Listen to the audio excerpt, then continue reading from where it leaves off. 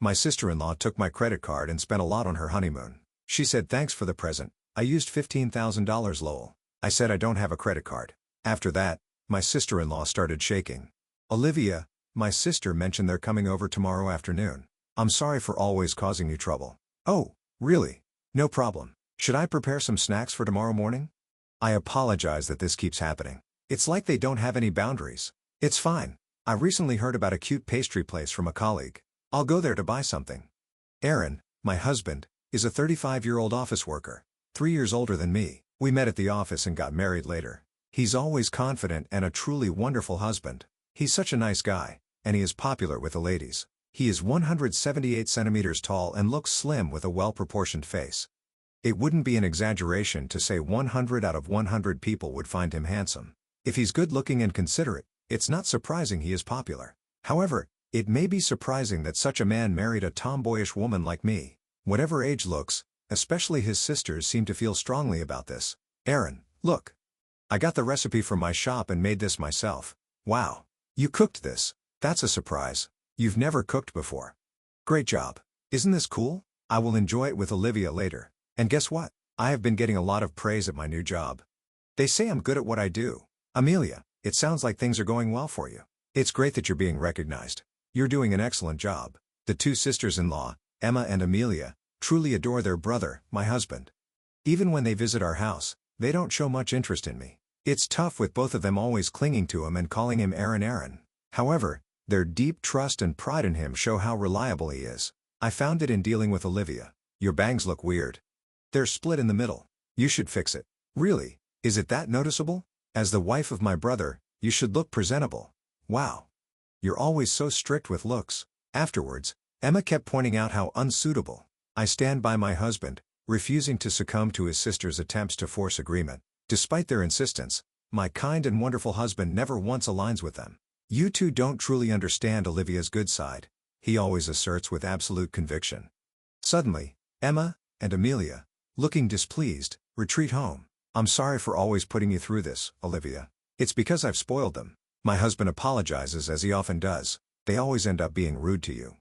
After her sisters depart, my husband offers his comforting presence, a consistent source of solace. That's the kind of husband he is, which is why he's so attractive, I muse inwardly. Furthermore, he excels in his career, showcasing remarkable talent week after week. The following week, we embark on a visit to his parents' house to celebrate my mother-in-law's birthday. A mere 15-minute drive separates our home from hers with an MTA station and the city's main shopping area in between. For her birthday gift, we opt for a beautiful sweater. My active mother-in-law frequents the gym, enjoys dining out, and relishes travels with friends. During our shopping trip, my husband accompanies me admiring the chosen garment. It looks lovely, he remarks, reinforcing his support and appreciation. When we gave her the present, she was thrilled. Thank you as always, Olivia. This is so lovely. My friends are throwing me a birthday party next week, and I'm thinking of wearing it then. It's great. We always appreciate you, Olivia. My mother-in-law and father-in-law always acknowledge and respect me greatly. When I decided to marry my husband and first met them, to be honest, the atmosphere was a bit awkward. Both of my in-laws seemed to have stiff expressions, and I felt a distance, which made me uneasy. I later learned that my husband had once considered marrying another woman 8 years ago and had introduced her to his parents. However, her attitude towards her potential in-laws wasn't good, and it became clear through discussions that she was only interested in my husband's looks, and eventually, the marriage was cut off. Therefore, initially, my in-laws were concerned that I might be another woman who was only interested in their son's appearance. However, after a while, my in-laws seemed to be reassured that I'm not interested only in his looks. Now we have built a very good relationship.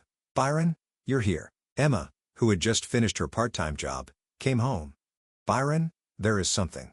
I want to tell you, I've decided to get married. Really? Congratulations, Emma. While I was surprised to hear about Emma's decision to get married, I noticed that my in-laws looked worried. She's going to marry a man from the restaurant where she worked part-time.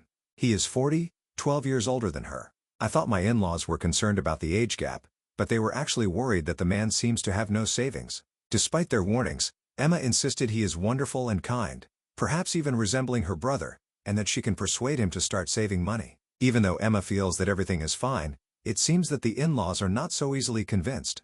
My husband seemed to understand the situation and said, "Is that so, Emma? Is he a good person?" He listened intently to her story about him. 2 weeks later, my sister-in-law visited our apartment again. We had dinner ready for them since they were coming in the evening.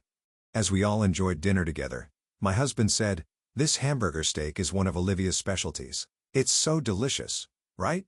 I immediately reacted with apparent annoyance. "It doesn't seem like a big job. I can cook this too." "Don't act like you're a good chef, Olivia." "Exactly. Making hamburger steak is too easy." Despite this, the topic turned to Emma's impending marriage. "Emma, don't you think it's a bit too soon? Haven't you only been dating for 2 months? Maybe you could take a bit more time to get to know each other better," my husband suggested. Emma, usually obedient to him, grew angry. "Mind your own business, Aaron. I've already made up my mind. He might seem unreliable, but he is a kind and good person. I love him. He may not be impressive, but he's honest and cute. I'm going to marry him." "Emma, even though he is 20 years older than you, I don't see him as the honest and cute person you are imagining. It might be better to watch and wait a bit." "Why are you intervening too? Are you mocking me? Who do you think you are?" "That's right. Emma has made up her mind. Let's go, Amelia. I've had enough." In anger, Emma left her apartment with Amelia. Several days later, "Amelia, I've come up with something interesting." "What is it?" "Remember last time when Olivia started to act like a big sister?" It seemed Emma was still angry about the advice that I've given her about her marriage. Emma's interesting idea was, one day, I stopped at an ATM on my way home from work. There was a credit card left at the ATM. The card belonged to someone named Isabella Smith, coincidentally having the same surname as me, Smith. A sticker with a PIN number was attached, making the card easily usable by anyone. As I learned to turn it into the police, I constantly ran into my sisters-in-laws on my way. "Hey, Olivia. Are you on your way home right now?" Emma asked. "Yes, I am. It's rare to see you here," I replied. "Olivia, I'm really hungry. Can you treat us to some food?" Emma requested. I was very surprised. This was so unlikely of her. "Really? Of course I would. Let me check with Aaron. Just wait a moment." When I sent a message to Aaron, he replied saying he'd be late and told me to go ahead. "What are you in the mood to eat?" I asked. "I'd like some pasta," Emma said. "Me too. I want pasta." Amelia chimed in. Following their request, the three of us headed to a fancy Italian restaurant. Emma ordered pescatale, and Amelia ordered bolognese. I ordered carbonara. We talked about my husband while eating, enjoying hearing stories of how he protected them from bullies and helped them with their studies. Our pasta arrived, and as we were eating and chatting, suddenly, Amelia exclaimed, "Oh, I'm sorry." Some of her bolognese sauce had splashed onto my white shirt, leaving the big stain. "Olivia, you might want to go to the restroom to clean that stain," Emma suggested. "You're right, I should," I agreed. Heading to the restroom, I left my seat with just my handkerchief. By the time I returned as the boss had finished their meals, quickly, I ate the remaining pasta, and we left the restaurant. "I'm really sorry about staining your shirt," Amelia apologized. "It's all right. It wasn't a special shirt anyway," I reassured her. "Thanks for the treat today," Emma said. "You're welcome. It was really fun hearing stories about Aaron. Let's do it again," I suggested. "Yeah, let's see you. Take care." They bid farewell. It was so happy to finally have a proper conversation with my sisters and mom. However, I completely forgot about the credit card I had collected at the ATM. Turns out, Emma had gotten a hold of it. That was so easy. "That stupid woman, she's so clueless," Emma remarked. "It's not like I wanted her to treat us to a meal. She really should have noticed. She said the shirt wasn't special, right? Well, it didn't look expensive. Also, she has a card made under the fake name Mia," Amelia added. "Really? That's suspicious. People say you can judge a book by its cover. Hey, what if she was a criminal?" Emma pondered. Their aim was not a dinner together, but my credit card.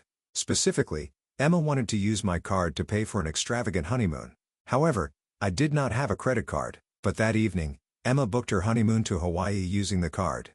I discovered it was an extravagant plan involving a stay at a luxury hotel. The following month, I heard from Aaron that Emma got married without the ceremony and left for her honeymoon. Emma kept talking about marriage, but I thought she was just dreaming. I wonder if she is all right. I have a feeling there's something off about her partner. While having dinner with my husband, I got a call from Emma. As soon as I answered, I heard an extremely excited voice say, "Thanks for the $30,000 gift." "Wait, Emma, aren't you on your honeymoon in Hawaii?" I asked. "That's right. I'm calling from Hawaii right now," she exclaimed. "Sounds like you're having fun. But what do you mean by a $30,000 gift?" "I paid for this entire animal with your credit card, so you will have to cover the church," Emma revealed. "What do you mean?" "I used your credit card to pay for everything," she confessed. "What? I don't have a credit card," I exclaimed. "I thought this card was yours," Emma replied. confusion evident in her voice. After a while, Emma returned from her honeymoon. She was questioned by Aaron and the in-laws for the details, and she eventually spilled the beans. According to Emma, she wanted to go on a honeymoon and also wanted to get back at me for interfering in her marriage. She thought it would be a good idea to pay for the honeymoon using my credit card. She had plotted beforehand unbeknownst to me, and using the excuse of treating me to a meal, she stole the credit card from my back. However, the credit card was not mine. Emma committed a crime by unauthorized use of a stranger's credit card, spending $30,000 in total. This is a serious issue. We contacted the credit card company and tried to negotiate a settlement with the owner. Surprisingly, the credit card owner turned out to be our relative, Isabella. Considering the family relationship, we thought the settlement would go smoothly. However, this particular relative was quite eccentric. For some reason, she had a grudge against my mother-in-law and was not someone who would easily forgive us. Together with my in-laws' husband and Emma, we visited Isabella's house to apologize. I deeply apologize for what Emma has done. Of course, we will immediately return the $30,000. Isn't this an unauthorized card usage? Doesn't she know that this is a serious crime? Of course, Emma always acts without thinking of the consequences, and this time, she used $30,000. We are truly sorry. Give me a reason why I shouldn't go to the police.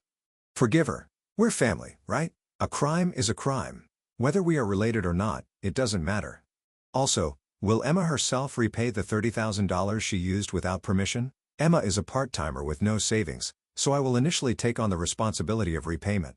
Do you think just repaying the money will resolve this? Don't joke with me. The discussion between the father-in-law and Isabella didn't progress and ended up dragging on.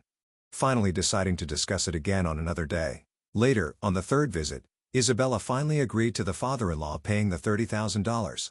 Moreover, she then demanded an additional compensation of $5,000. The father-in-law complied even with this unreasonable demand and transferred a total of $35,000 to the end account. Subsequently, Emma ended up owing $35,000 to her father. To ensure she wouldn't default, a legally valid promissory note was also prepared. Emma's husband, who went on a honeymoon to Hawaii with her, disappeared as soon as he found out about Emma's debt of $35,000. To protect himself, he initiated a divorce and fled from his newlywed wife, Emma. Moreover, he quickly started living with another woman before the divorce procedures were even finalized. He is a 40-year-old man who is 12 years older than Emma without any savings and can hold a job, but apparently, he had a way with the ladies. Emma married him being charmed by his unreliable yet cute demeanor. I do feel a bit of sympathy for Emma. Furthermore, Emma is the same age as Jacqueline, who is the daughter of Isabella, the owner of the credit card. They went to the same school from elementary to high school, but they were in different classes and had a competitive relationship rather than a friendly one. Jacqueline spread the word to their classmates. Emma is a criminal with a debt of $35,000. Watch out for her. Be careful with your wallet. Consequently, even Emma's old friends started distancing themselves from her. However, after these events, Emma's attitude towards me changed. They used to be competitive with me, but they have slowly started to respect me, and they plan to visit my house again tomorrow. They want me to teach them how to make hamburger steak.